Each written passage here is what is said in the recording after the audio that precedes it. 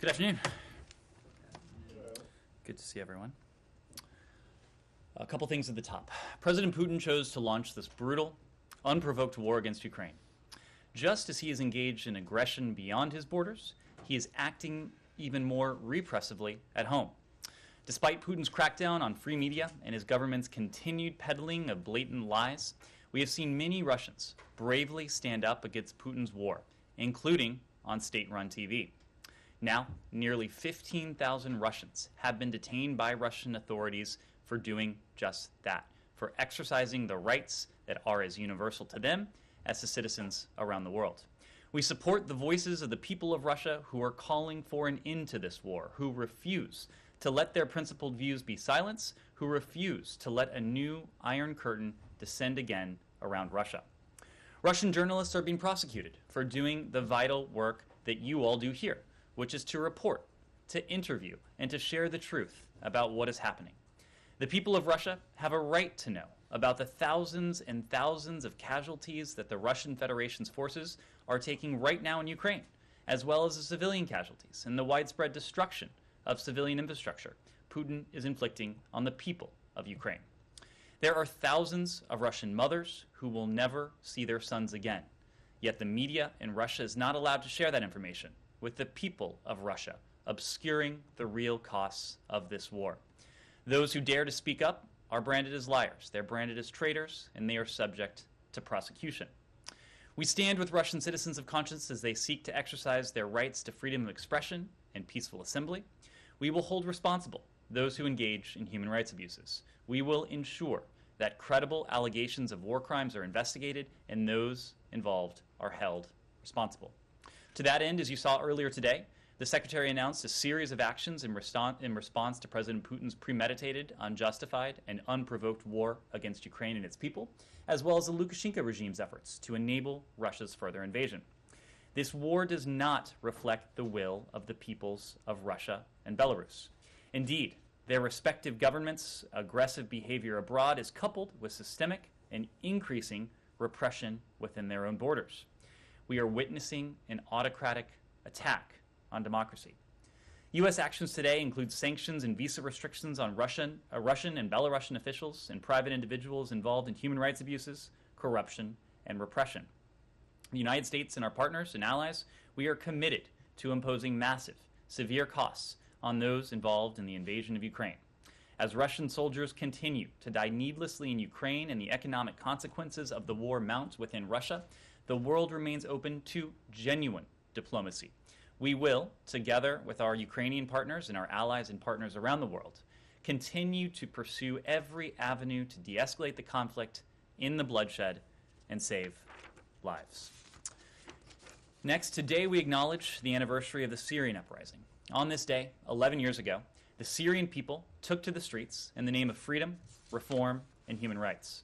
Bashar al-Assad responded to this peaceful call with brutality, sparking a war against his own people that has killed hundreds of thousands, displaced more than 13 million, brought food insecurity to some 12 million, and left 14.6 million people in need of humanitarian assistance. As we stand with the Syrian people, we continue our efforts to to secure a nationwide ceasefire, expand access to humanitarian aid, achieve justice and accountability for the Syrian people, and reach a political resolution as outlined by UN Security Council Resolution 2254.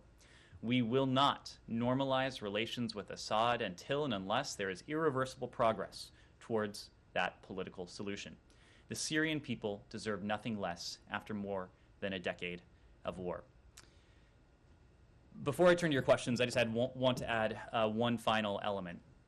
I know all of us in this room were heartbroken yesterday to learn that our colleague, Ben Hall, sustained injuries while reporting from Ukraine. And today I understand that Fox News has announced that his camera operator, Pierre Zakrzewski, lost his life in the same attack. All of us know Ben. We've traveled the world with him. Many of you knew Pierre, who was renowned for his talent documenting conflict zones around the world. Our thoughts are with Pierre's loved ones, his family, and all of us here at the department are rooting for Ben and rooting for his speedy recovery. Ben's collegiality, his sense of humor, his wit, his warmth have always been a balm for the very tough questions that he would always hurl my way at the way of Secretary Blinken. I know I speak for the Secretary when I say that we look forward, once again, hopefully very soon, to being on the receiving end of all of those. We have engaged at multiple levels with Fox News. We have made very clear that we will do everything we possibly can to help Ben and any others who may have been involved and injured in this horrific attack. So with that, I'll take your questions. Thanks, Dan. I don't see Rich or Nick in here, so I'll say, I don't want to speak for Fox, but thank you for those comments, and on behalf of the whole press corps, thank you for that. We appreciate it. Before going into to Ukraine, I just wanted to ask one thing that you just said about the anniversary of the Syria situation. Struck me as a bit unusual. You said we will not normalize relations with Assad until and unless, and then you gave the conditions. When did it become a possibility that the U.S. would ever normalize relations with Assad? Well, for a long time, the line was his days are numbered. I mean, going back almost 11 years now. It has been 11 years, Matt. It has been 11 years since a peaceful uprising was met with the iron fist of the Assad regime. So so has there been a decision made that you could, in fact, go back to having normal relations with a government in Syria that is led by Bashar Assad? Matt, there can never be normal relations with a government that has treated its own population, its own people, with the level of brutality, with the level of violence, with the level of suppression, the use of chemical weapons, other forms of horrific violence that we've seen from this regime. We've made our position clear when it comes to holding the Assad regime accountable. We have not, we will not lift sanctions on Bashar al-Assad or his regime.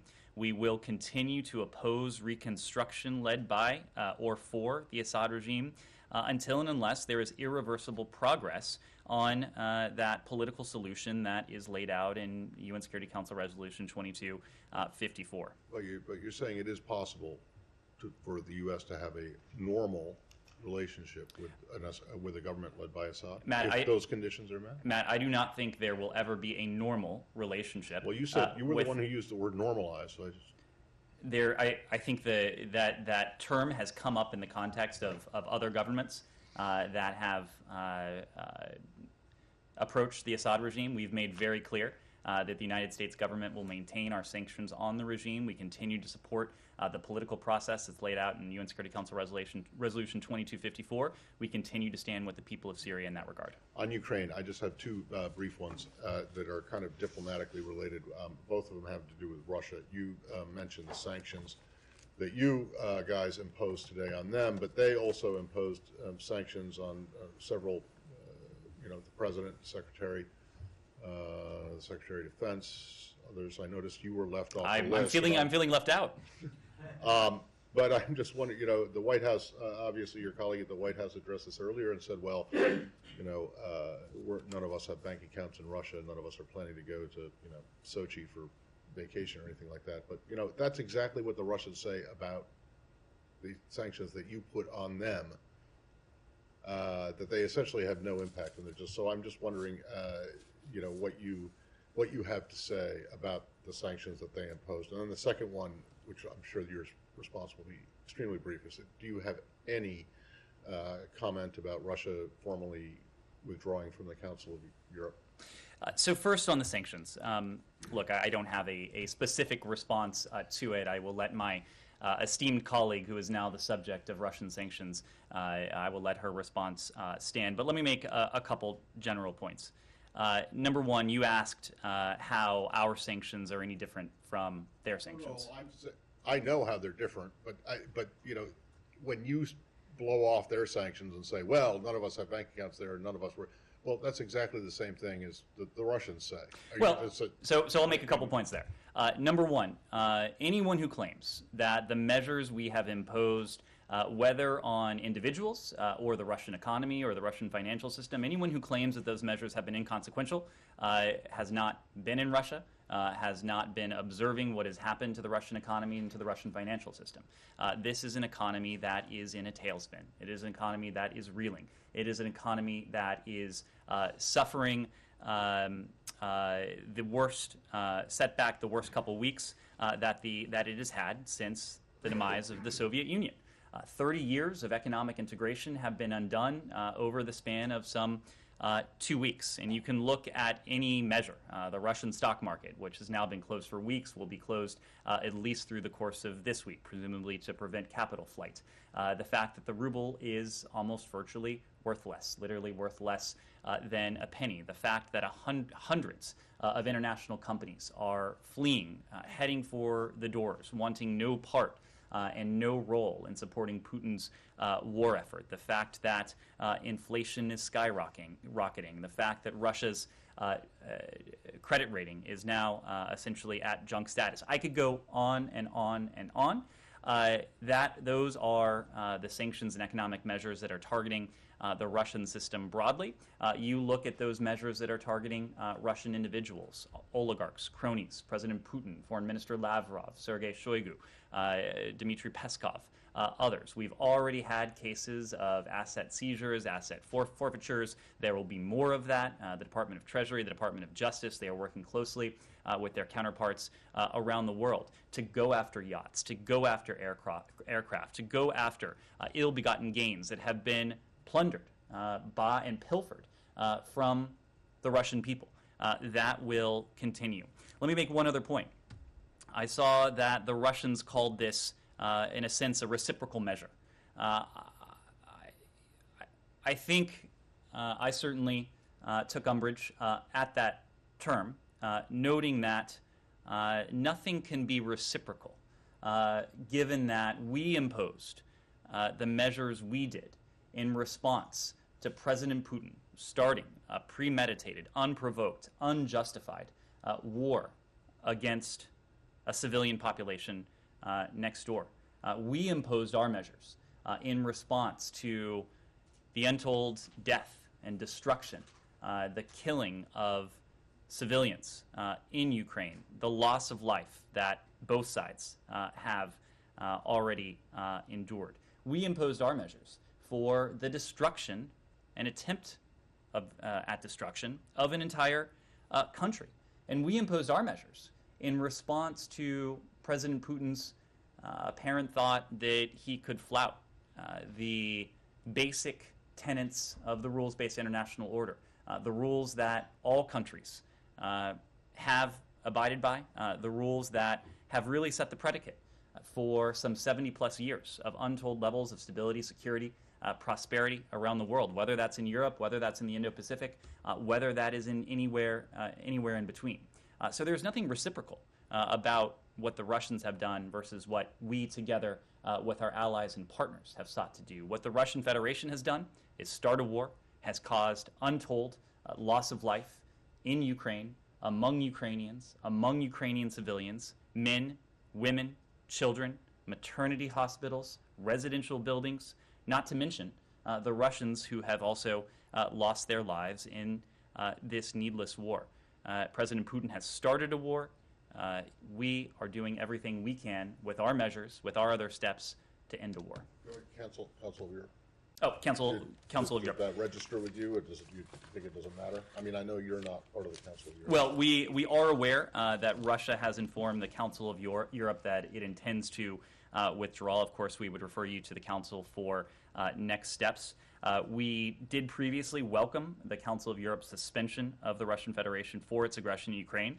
We similarly welcomed the Parliamentary Assembly's strong statements of support for Ukraine in the extraordinary session that was held. And we share the Council of Europe's values, human rights, democracy, the rule of law. Russia clearly does not share these same values. I think it is only appropriate that Russia is not a member of such a council. You're not concerned that this shuts down yet another potential channel of communication? We have plenty of potential channels for communication. What we need to see from the Russian Federation is the Russian Federation engage in good faith with seriousness of purpose through those channels. Humera. Just to follow up a little bit on the action, EU today, for example, took action to freeze the assets of Abramovich. as far as I know, U.S. has not done anything on that particular individual. Are you guys planning to? Because there was a time where you said from this podium that U.S. was looking to catch up with EU and make some of the measures symmetrical. And I also would love your response on what does the U.S. make of Abramovich's recent moves? He was in Israel, Turkey, Russia. Does the U.S. see him as a potential interlocutor? He's not just a private citizen. So a couple points, Humaira. First, and most importantly in response to your question, we don't preview any actions that we may or may not take. What I will say, and you referenced this, is that the European Union, they have their own authorities, they have their own capabilities, we have our own authorities, we have our own capabilities. What we have done each over time is to harmonize the steps we have taken in important regards. So there have been times where we have taken action against entities, against individuals, that the Europeans, other countries and partners around the world in turn followed suit. There have been times where the European Union has, in the first instance, taken such action, and we have later harmonized our authorities going after similar targets. I certainly have no doubt that we will continue, the EU will continue, our partners and allies around the world will continue to go after oligarchs, to go after cronies, to go after all of those who are in one way or another aiding and abetting Putin's war effort, playing a role in his war machine. Just look at what we did today, one day alone. We announced actions against 91 individuals in one entity. We used 5 different authorities across 2 departments, the Department of State and the Department of the Treasury. I won't go through the whole roster, but there were visa restrictions under Section 7031C of the Department of State Foreign Operations and Related Programs Appropriation Act of last year. There were designations pursuant to an executive order, 14024. There were visa restrictions announced under Section 212A3C of the Immigration and Nationality Act. This is a new authority that allows us to go after current and former Russian government officials believed to be involved in suppressing dissent in Russia and around the world. There were imposition of visa restrictions on 6 individuals under the Khashoggi ban. Of course, this was a new authority that we announced early in the administration last year in response to governments around the world pursuing dissidents extra-territorially, and we also used Presidential Proclamation 8015 to go after 25 individuals responsible for undermining democracy in Belarus. We will continue to go after those responsible for the war effort in Ukraine. We will continue to go after those responsible for aiding the war effort, those who reside in Belarus. We will continue to go after private individuals whose closeness to the Russian government, to the Kremlin, whose ill-begotten wealth is a result of illicit activity, plundering what should belong to the Russian people. We will continue to do that, but what we won't do is preview those actions. Sure. How about the second part? Do you see that some of these people can actually be interlocutors as well? And with this particular individual, because you have a task force, are you also keeping an eye on their movement? So I'm not going to speak to any particular individual. What I will reiterate is what I told Matt. There are plenty of fora, there are plenty of avenues for diplomacy. We know that our French partners, our German partners, our Israeli partners, our Turkish partners, our Ukrainian partners, of course, have engaged in diplomacy, direct diplomacy with the Russian Federation.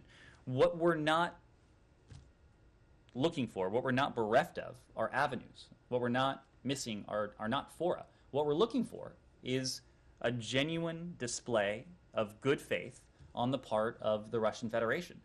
We need them to show up at any one of these venues to make clear that they are genuinely interested in de-escalation, in putting an end to this conflict, in putting an end to this war, and putting an end to this senseless and needless loss of life. And you have received no such indication up until this moment? I think we will... Through any channel? We will judge that based upon what we see in Ukraine. And what we have seen in Ukraine, including in recent days, including in recent hours, is continued escalation, is continued bombardment of towns, of cities, of residential areas, is continued loss of life. Paul. Okay, so I understand all you said about the Russian economy, but the average Russian doesn't own stocks. The average Russian doesn't buy a lot of imported goods. The Russian ruble has lost, if I'm right, 35–40% of its value, which is not as bad as some of the economic crises we've seen in a long time. And you haven't gotten any progress on deconfliction, de-escalation. So what about taking more steps? What about expanding SWIFT things? We continue to send money to Russia for energy purchases. So why aren't you taking stronger steps to add sanctions on a lot of people who don't have Western bank accounts or property in the United States?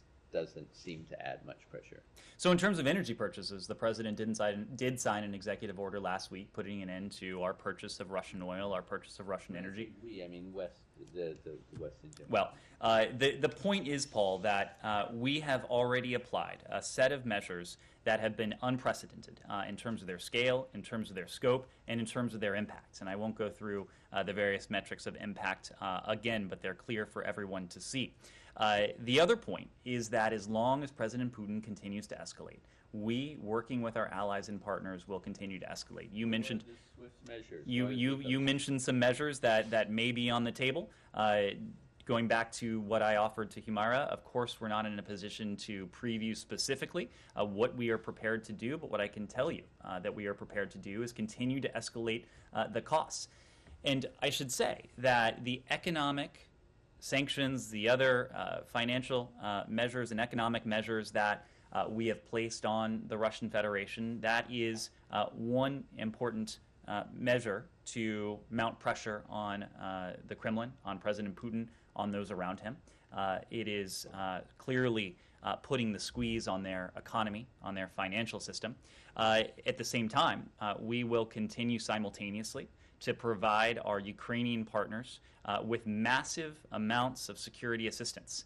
In recent weeks alone, we've spoken of some $550 million worth of security assistance. Those deliveries are continuing just about every day. Anti-armor, anti-tank, anti-aircraft, small arms, munitions, precisely what our colleagues at the Department of Defense have determined that our Ukrainian partners most need to defend their country against this invasion.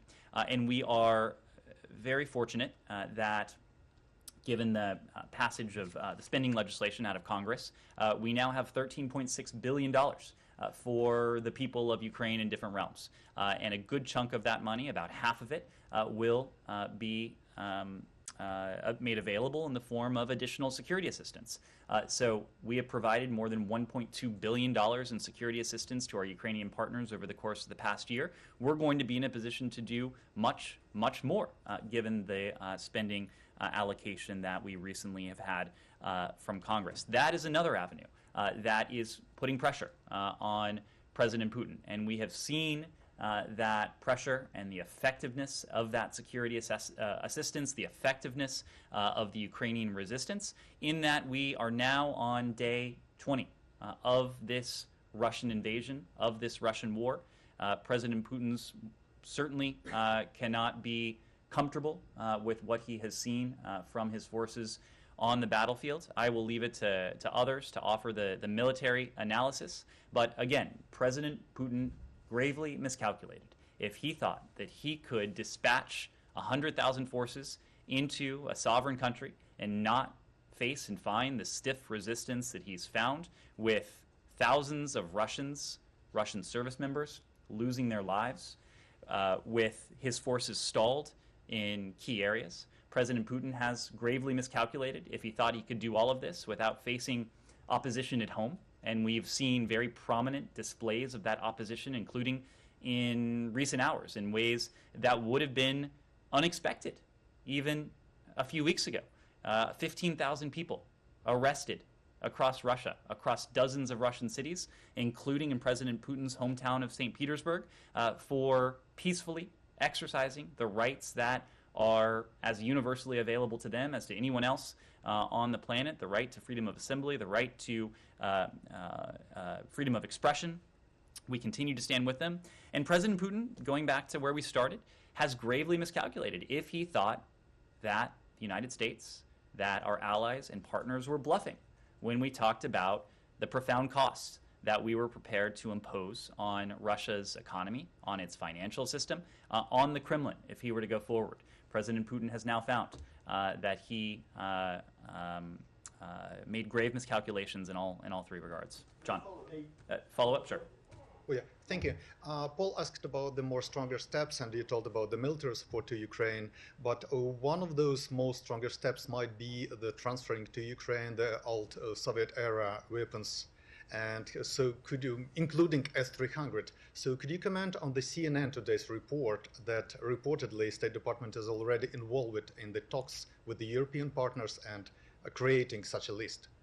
So we are in constant discussion with our Ukrainian partners in the first instance about their needs, their security needs. I can say that Secretary Blinken spoke to Foreign Minister Kuleba again today. They discussed Ukraine's security needs once again, working very closely with our colleagues at the Department of Defense. We have put together packages of defensive security assistance that our Ukrainian partners most need. And as I said before, that includes anti-armor, that includes tanks, anti-tank, that includes small arms, that includes munitions, and it most certainly includes anti-aircraft and surface-to-air systems.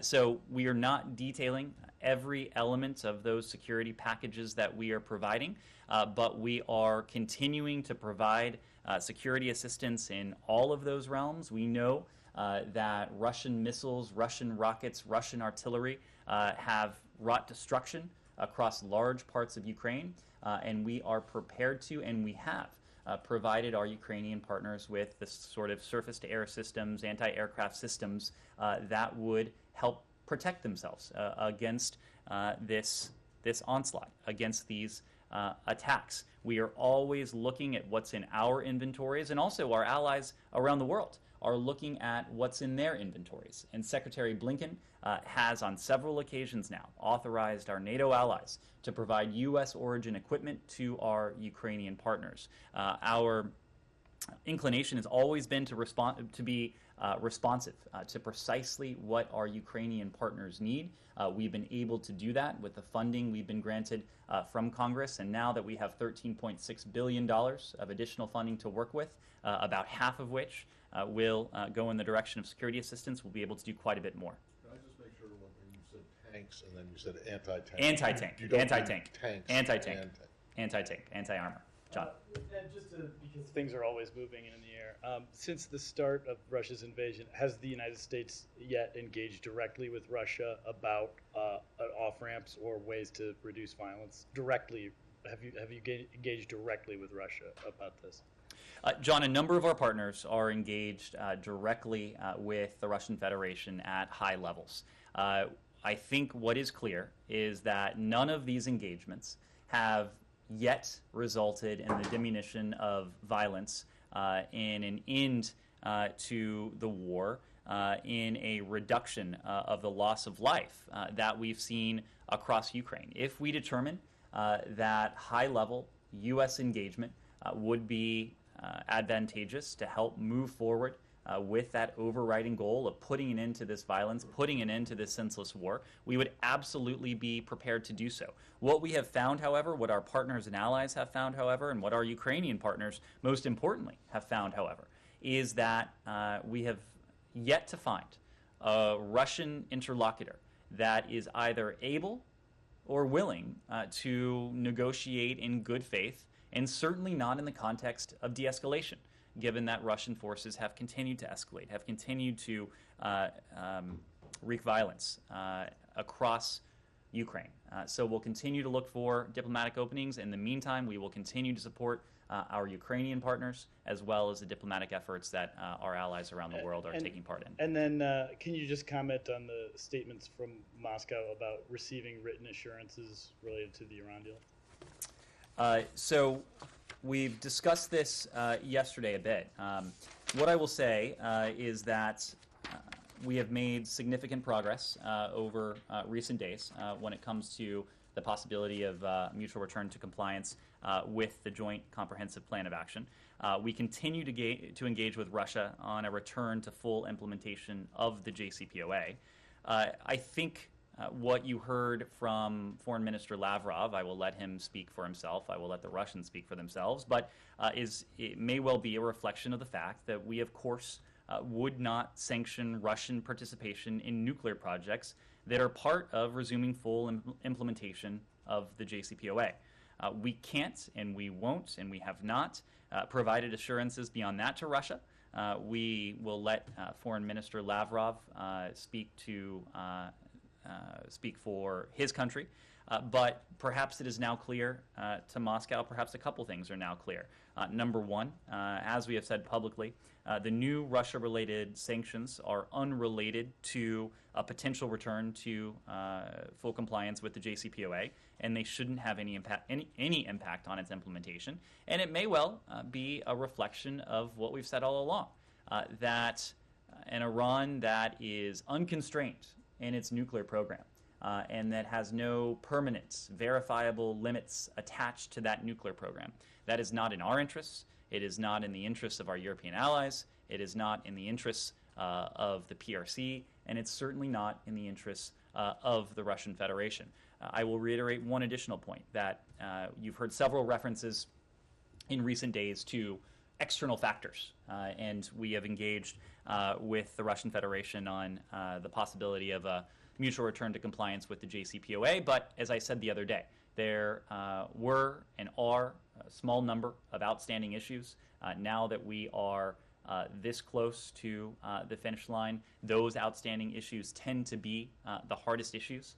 So we're not there yet. Nothing is agreed until everything is agreed. But we continue to assess that a mutual return to compliance would be the most effective, the best way to verifiably and permanently once again have those limits on Iran's nuclear program. Laura. So to follow up, is it this building's understanding that the objections that Russia raised in the last few days have now been resolved? It is what I'm relaying to you is that you will need to ask the Russians. But you guys are in the negotiations with them. So is it this building's understanding that they are no longer objecting? We have seen the statements from Foreign Minister Lavrov. We will leave it to the Russian Federation, to Foreign Minister Lavrov, to others to explain exactly what those statements mean. But it is logical. It has been logical to us. It should be logical to all parties that we would not sanction Russian participation in nuclear projects that are part of a full resumption of the JCPOA if, in fact, we are able to get there. We have not offered the Russians anything more. There has been nothing additional conveyed, but you'll have to you'll have to ask the foreign minister. Let me ask it this way. Did you guys understand whatever it was that Lavrov was trying to say? Like, what was your understanding of what he was saying? I'm not going to interpret the foreign minister's remarks. Again, you'll need to talk to them to ask their position, where they are on a potential mutual return to compliance. We know where the Russian Federation has been in the past. Of course, Russia was an original member of the P5+1, understanding since well before 2015 that a nuclear-armed Iran or an Iran on the verge of a nuclear weapon would not be in Moscow's interests, certainly not in our interests.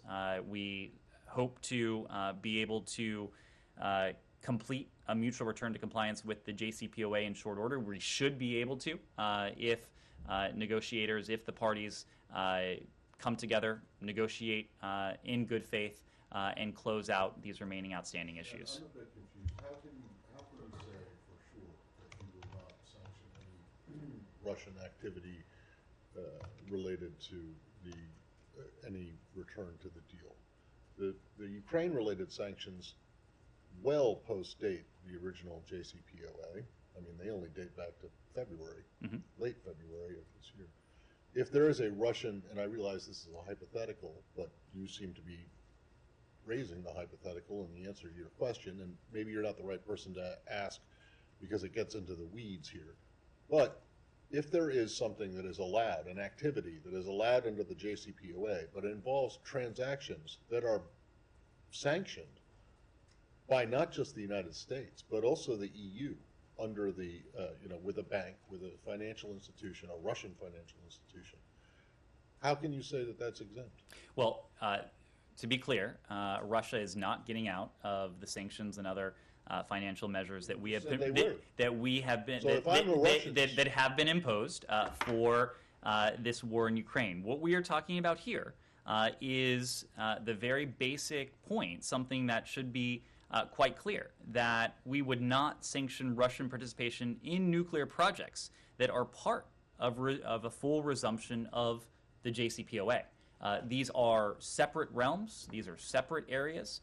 If they involve any kind of a monetary transaction that touches either the European or American financial systems, or SWIFT for that matter, then you have a problem. I don't see how you can exempt them.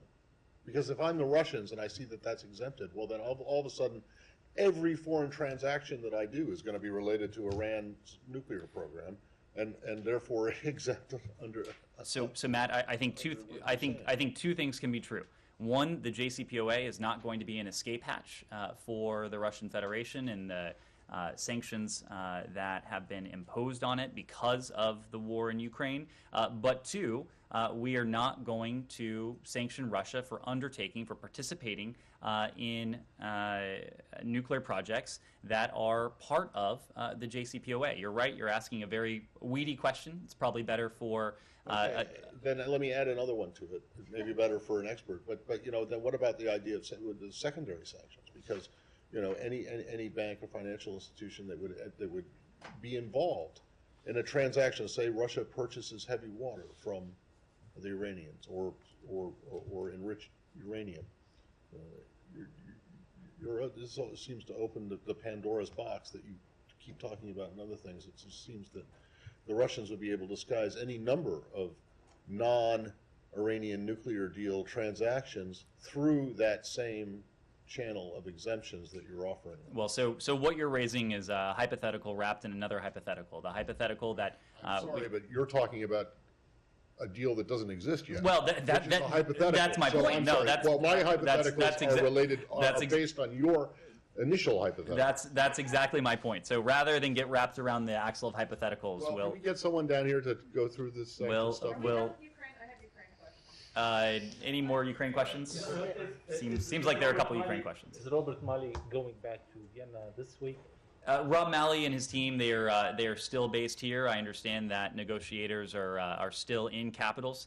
If it is prudent, if it is appropriate for Rob and the team to go back to Vienna, they're prepared to do so. And on Ukraine, how did the secretary receive the news of sanctioning him and the president and other U.S. officials by Russia? I haven't discussed it with him yet today, but based on previous discussions, I don't think he'll be surprised. He will be able to sleep. I'm sorry? He will be able to go to bed. I think he will sleep just as soundly as he otherwise would, which, given that he is Secretary of State, probably isn't all that soundly. And on Saudi Arabia, Ned, Saudi Arabia considers accepting the Chinese currency instead of dollars for Chinese oil sales. What's your reaction to that? We don't have a specific reaction to that. What I would say is that we've said time and again that our relationship with the PRC is at its heart competitive. It will be collaborative when it can be, adversarial when it must be. Our allies and partners around the world are going to have their own relationships with the PRC. What we are not asking countries to do is to choose between the United States and China. When it comes to many of our partners, what we seek to do is to give them choices and to make partnership with the United States and all that we bring to the table, all that we could bring to a bilateral relationship, make sure that countries, partners around the world know just how appealing that is. And one on UAE too. How do you view the UAE conflicting statements on increasing the oil production? Their ambassador in Washington said that they will increase the production, and their energy minister contradicted them. I will leave it to our Emirati partners to speak to this question. We, of course, are not a member of OPEC. We're not a member of OPEC Plus, but as you know, we have engaged with companies, with countries around the world. We maintain an interest in a steady global energy supply, and our diplomatic outreach is a large element of that. Laura. So we've talked in the past about the possibility of expediting Ukrainian refugees to the United States. I'm wondering if there's any update to that, if the position in this building is still that they must apply through UNHCR, which is a process that you know can take months. Over the weekend, we saw some people trying to come into the United States from the southern border. Is there any consideration given to temporary humanitarian parole for Ukrainians who might want to come to the United States, especially if they already have ties, family members in the United States? And then I have a second question for you on a unrelated Ukraine topic. So a couple points. We discussed this a bit yesterday, but there are now nearly 3 million Ukrainians who have been forced to leave their homes because of this violence. We are deeply, deeply grateful to Ukraine's neighbors, to countries throughout Europe who have so generously opened their arms to welcome these Ukrainian refugees. We recognize the fact that many Ukrainians have family, have loved ones who are in Europe. We expect most Ukrainian refugees will seek to remain in Europe until and unless they can return to their homes. And of course, that is our ultimate objective. To see to it that Ukrainians who have been displaced by this violence, whether they're one of the 2 million internally displaced persons inside of Ukraine, or nearly one of nearly 3 million Ukrainian refugees who have been forced to flee their country. Our goal, of course, is to see to it that they can return to their homes once this violence ends. We are working with UNHCR, with resettlement partners, overseas posts, to determine whether Ukrainians who have departed Ukraine require resettlement to a third country because they can't be protected in their current location. We, as we always do, assess protection needs, and that includes cases of particular vulnerability as a central tenet of our refugee admissions to address the urgent need for resettlement across all regions. We don't discriminate on the basis of any country of origin. As we discussed yesterday, our refugee ceiling has various regional categories attached to it. There's a category for those who would emanate from Ukraine. Any admissions of Ukrainian nationals through the U.S. Refugee Admissions Program would be in accordance with that presidential determination on refugee admissions. What I can say right now is that we have been, we will continue to be a country that welcomes refugees from around the world.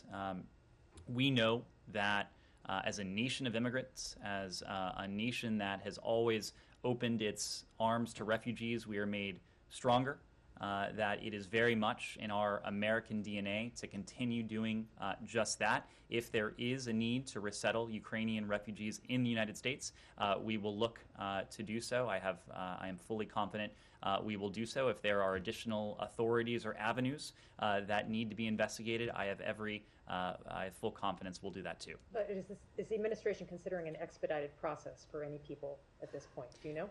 So again, I wouldn't want to get ahead of anything, but we do have processes that are in place, including through the U.S. refugee admissions process, where we have the ability to bring in Ukrainian refugees should the need arise. Okay, and I also wanted to ask about the case of Brittany Griner. It's been almost a month since she's been detained in Russia. What is the State Department's understanding of how her conditions are in Russia right now as she's being held, and what is the State Department doing to try to get her released?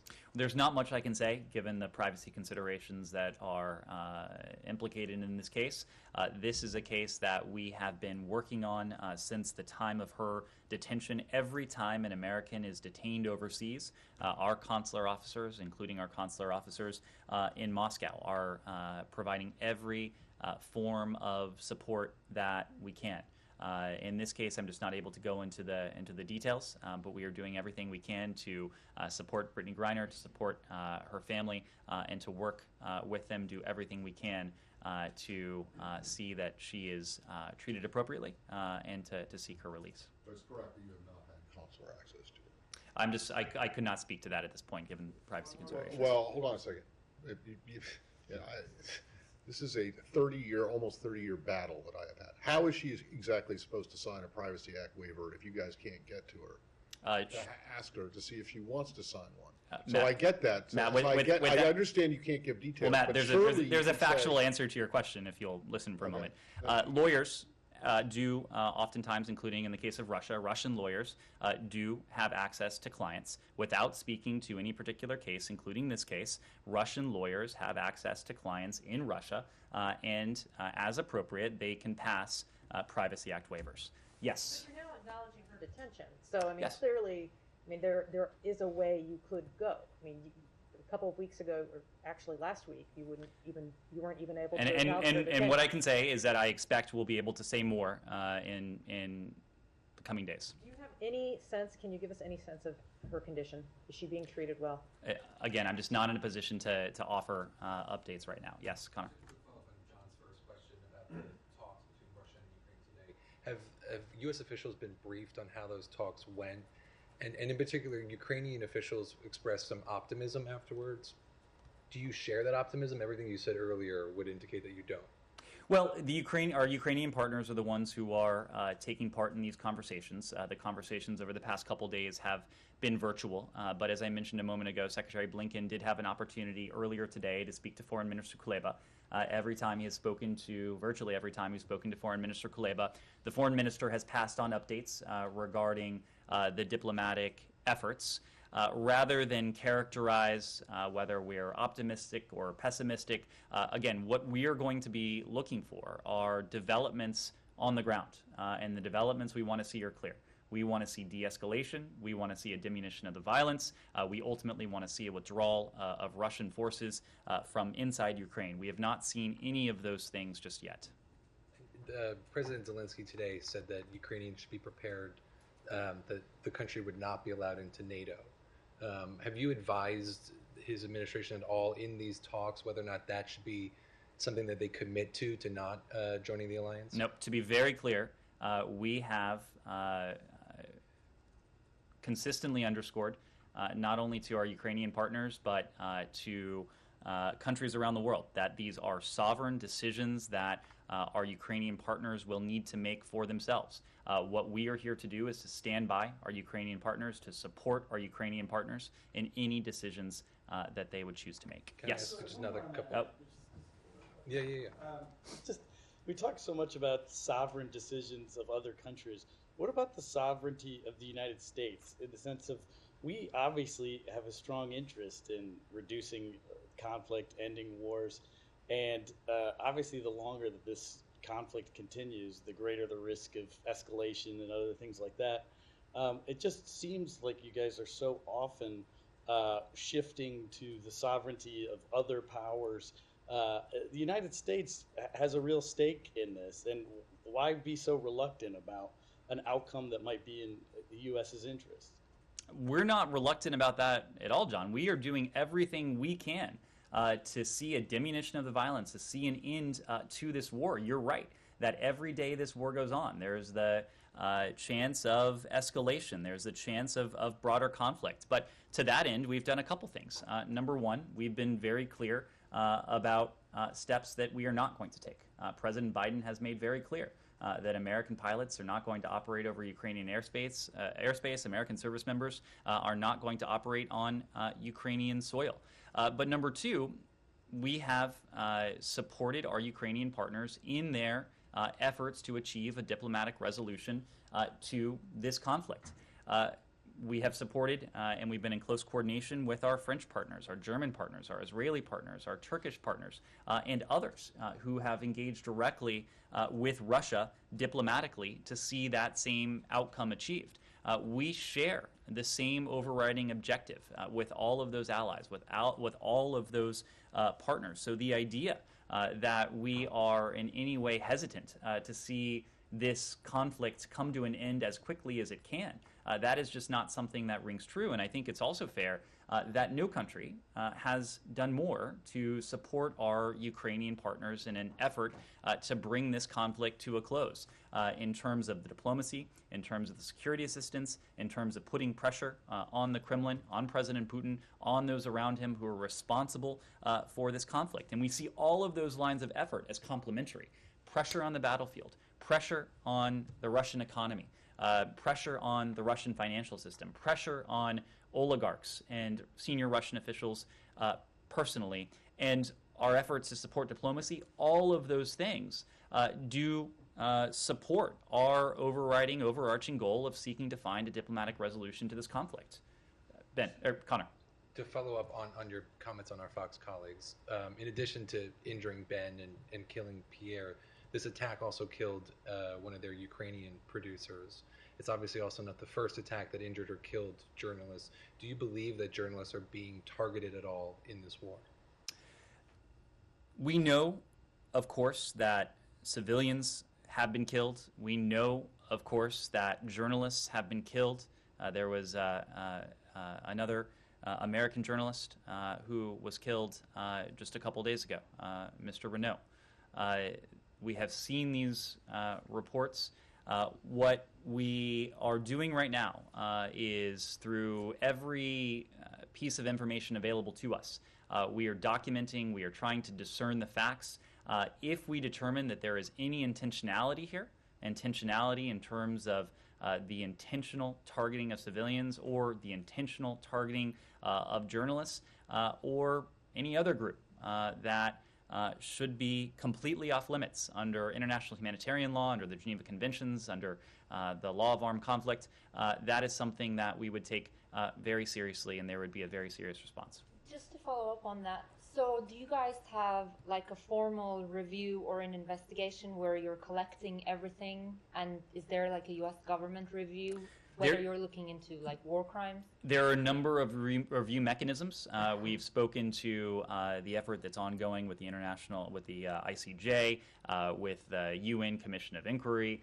The OSCE has its own process. The ICC has its own process. And yes, here within the State Department, we are documenting. We are compiling all of the information, all of the sources of information that we can to document and to form our own conclusion. Right, but I mean, are you going to send them off to these different institutions, or are you going to come up with your own determination? Both. What will be the time frame for that? We are supporting independent investigations. We're doing our own analysis into what has taken place. I wouldn't want to put a time frame on it, but of course we are, as with all things in this conflict, treating it as a matter of urgency. Right, based on what you've seen so far, is the administration prepared to say that Russia is committing war crimes? If we determine that Russia has committed war crimes, we are absolutely determined to make that public. Yes. I have one on Vienna, Ukraine. I have one on Ukraine, if that's okay. Yeah, go. Okay. I am just wondering about this information, disinformation you guys have been really focused on in Russia. Can or should the U.S. government be providing sources of more accurate information to Russians at this time?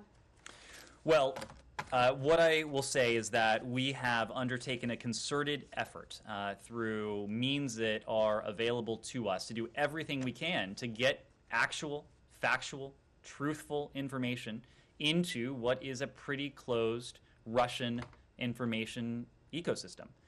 We have done that through a number of tactics. As you know, a number of us have spoken on Russian TV, independent stations, including some cases independent stations like Doj, TV Rain, that have been shut down. Also through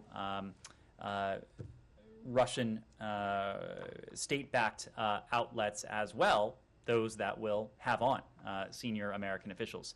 We use tools like Telegram to convey information as well. Every avenue that we can conceive of that would allow us to channel information into Russia to reach Russian audiences, knowing that the best antidote to disinformation is information. That has been our strategy in speaking to audiences here in the United States and around the world. And it's a challenge when it comes to Russia because President Putin and the Kremlin, they are doing everything they can to further constrict the information space throughout the country. And so we too are trying to get creative in terms of our efforts to channel information in. What do you mean you're using Telegram exactly? And would the U.S. consider putting any satellite internet resources along the border, things like that? Well, so let me make a point about internet access in Russia. We know that the Kremlin is engaged in a full assault, as I said before, on media freedom, access to information, and the truth within Russia. Of course, it wants its version of the facts to be the only version of the facts that is available to the Russian people. Moscow's efforts to mislead, they are intensifying. We condemn the Russian government's recent actions to prevent the people of Russia from accessing Facebook, Instagram, Twitter, numerous Russian and international news sites, and certain mobile applications as well. We also condemn the Russian government's passage of a new law that threatens prison sentences for accurately reporting on Putin's war of choice in Ukraine.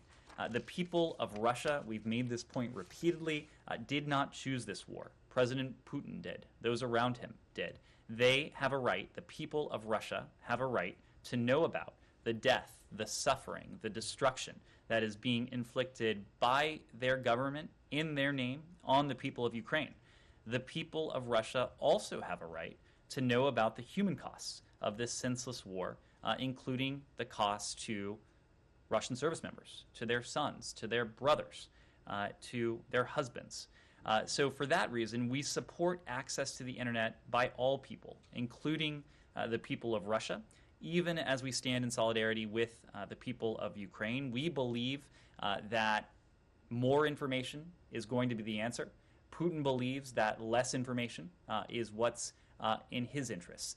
So, of course, we want to do all we can to support that information flow into Russia, to see to it that the Russian people have avenues of communication, have a free and open internet available to them. And we call on President Putin and his government to honor Russia's international obligations and commitments, to withdraw Russia's troops from Ukraine's territory, and to respect the human rights and fundamental freedoms of Russia's citizens. And one of those fundamental freedoms is freedom of access to information. Okay, maybe we can follow up on some more specifics later. But just one more quick question on the chemical weapons possibility. We haven't talked about that in a few days, I guess. Has the Biden administration determined what their response is going to be if Russia uses chemical weapons? Not that you have to detail it here, but do you guys have a response ready to go if Russia does use those weapons in Ukraine? Kylie, the only thing I will say about that is to reiterate what the president said the other day. If Russia engages in the use of banned agents, including chemical weapons, there will be a severe response from the United States and the international community. Yes? Just one more on the Vienna talks. As we were walking in, the Iranian foreign minister said that it was on the U.S. to provide the necessary response for a successful outcome.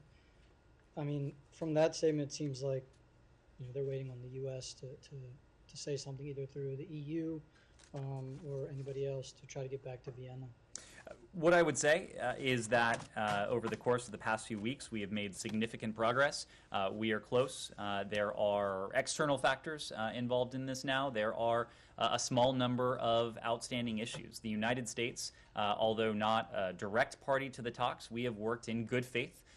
We have sought at every juncture to achieve a mutual return to compliance with the JCPOA, knowing that in our assessment it continues to be the most effective means by which to reimpose permanent, verifiable limits on Iran's nuclear program. There are a small number of outstanding issues. We do think that we would be in a position to close those gaps, to close that remaining distance, if there are decisions made in capitals, including in Tehran, including in Moscow. One thing that, this morning, the top U.S. military general for the Middle East and the CENTCOM chief, said, that Iran likely has decreasing tolerance for continued U.S. presence in Syria. And then he went on, accordingly, Iran and its proxies are affiliates, and its affiliates are increasing their capabilities and planning to target U.S. and partner interests. And then he goes on about, more troubling increased proliferation of this advanced technology.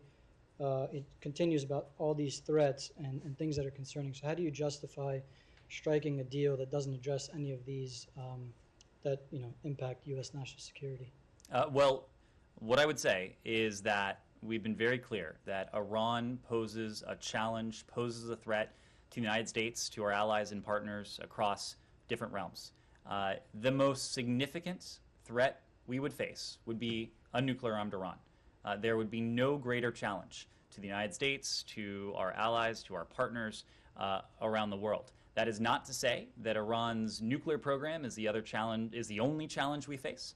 Iran supports regional proxies, it supports terrorist groups, it has cyber, it has engaged in malicious cyber activity, it has an active ballistic missile program.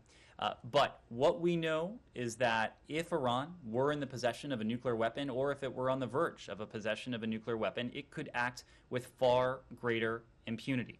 The first thing we want to do is to put Iran's nuclear program back in a box, to take that challenge off the table, so that, working with allies and partners, we can confront, we can take on the challenge that Iran poses in these other realms much more effectively. We actually see these goals as quite complementary.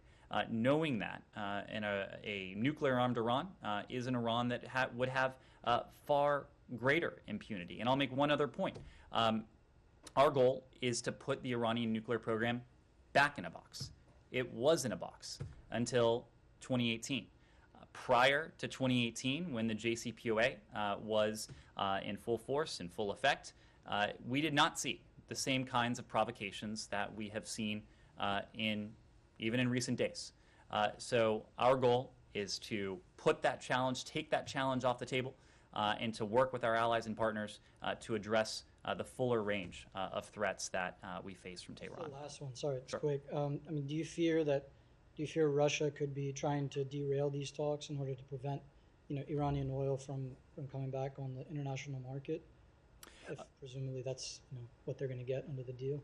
Well, again, whether or not there is a JCPOA, our posture towards an Iranian oil ban would not change. We would not replace Russian oil with Iranian oil. That would not be on the table. Beyond that, you'll have to speak to Moscow. What I can say is what I've already said, that an Iran that is verifiably, permanently barred, prevented from ever obtaining a nuclear weapon, that is equally in our interest as it is in Russia's interest. Yes, Glass, quick question. On the previous question on getting information into Russia, who runs the Telegram operation, and do you have an intergovernmental body that is working, coordinating to try to get this kind of information into Russia? Second question, completely different. General McKenzie told Congress that the U.S. has agreed to U.S. plans to sell F-15s to Egypt. Has the State Department formally signed off on that? We don't speak to potential arms transfers or arms sales until and unless they're notified to Congress, so I just wouldn't have anything to say on that score. In terms of conveying truthful, accurate messaging and information into Russia, that's something that we're very focused on as a government.